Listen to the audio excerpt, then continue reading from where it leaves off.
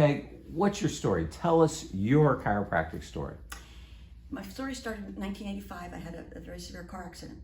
And among other things, my left leg was broken in a couple of places and basically, crushed a bit.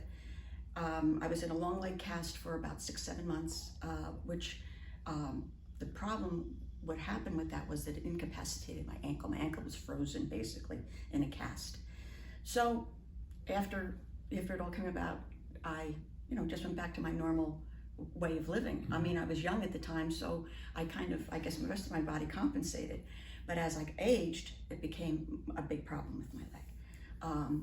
I did end up having a knee replacement, left knee replacement, which was fine.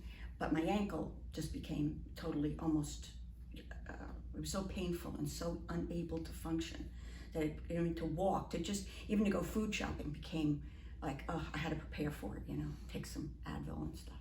I said, this isn't working. The doctor said the only thing they could do for me was to do a fusion of my ankle, which I just didn't want to do. And through my daughter, I heard about Dr. DeFabio. And I never had really considered chiropractic.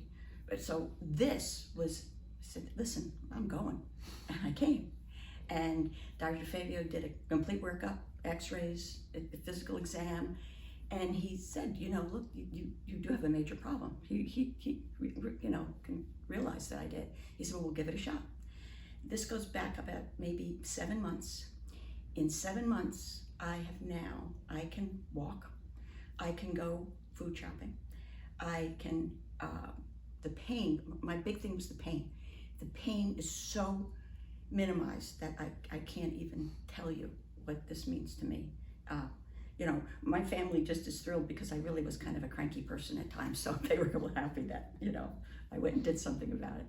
And so I just cannot emphasize the importance of looking at your options and looking for something else, because it's out there. And you don't have to do things that are traditional.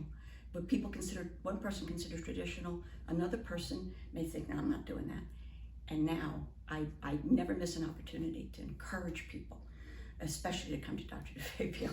Not just anybody, come to Dr. DeFabio. So that's where I'm at right now.